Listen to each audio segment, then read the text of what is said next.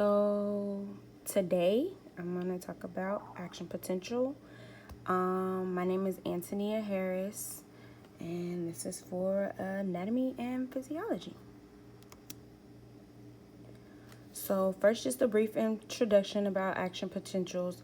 They are long distance. They do have a reversal in polarity. They're identical in strength, meaning they're non-decremental. So the level of their strength stays the same throughout the whole process, and it's an all or none kind of thing, which means that if the excitatory postsynaptic current depolarizes to threshold, then you get the action potential. But if it doesn't depolarize, then you get no action potential. And when I say non-decremental, I just mean that it doesn't decrease in strength at all. Also, they're self-propagating, so they go from the axon helix to the axon terminal to the neurotransmitter.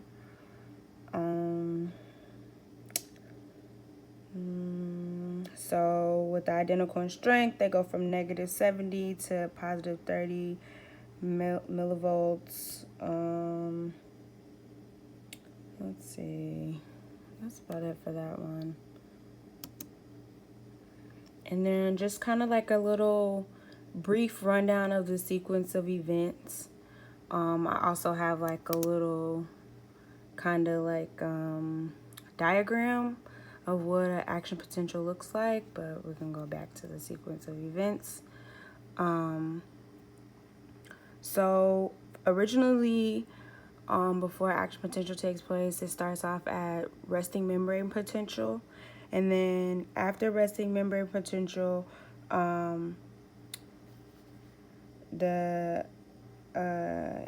excitatory postsynaptic current arrives at the axon helix, and when that happens, it's depolarized to threshold, meaning the excitatory postsynaptic current is depolarized to threshold.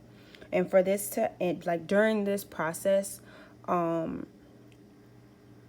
there are two types of voltage-gated ion channels that are activated, and the first one is the fast voltage-gated sodium channel. It opens, and also the slow voltage-gated potassium channel. And there's a really big influx of sodium down the electron channel gradient. And this gives you like the rising phase of the depolarization. So then the next thing is the reversal in polarity. So that's how I mentioned earlier that it is a reversal in polarity. Sorry. So in order for it to be a reversal in polarity, there, like I said, the influx of the sodium down the gradient, and then after that, after it does the reversal in polarity, it changes to it actually, there's a decrease in the permeability of sodium and an increase in the permeability of potassium. And then there's an efflux of potassium down the electrochemical gradient. And then because of the efflux of the potassium down,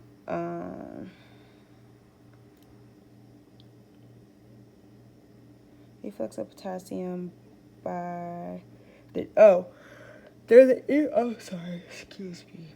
There's an efflux of potassium by the decrease of the gradient. So this causes hyperpolarization, and this is because the potassium channels are still open. Once the potassium channels close, they return.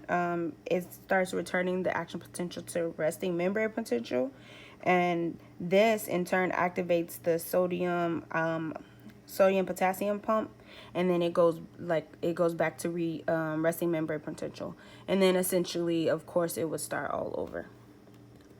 So like I said, this is just like a little diagram of the action potential and kind of how it goes. It doesn't match up, like, as far as like the labeling, it doesn't match up with what I just explained. However, this is just kind of like a general thing. And I know, like, also another thing that we could have talked about was a refractory period. So that's on there, and you can just kind of see where it's at on the diagram, and you know what area it falls into. And then last but not least, this is just my reference and where I got the information from. I also got some information from my old anatomy book. However, I can't find the book to label, to reference it. So I just put the one reference. But yeah, so that was my introduction on, my little spiel on action potential.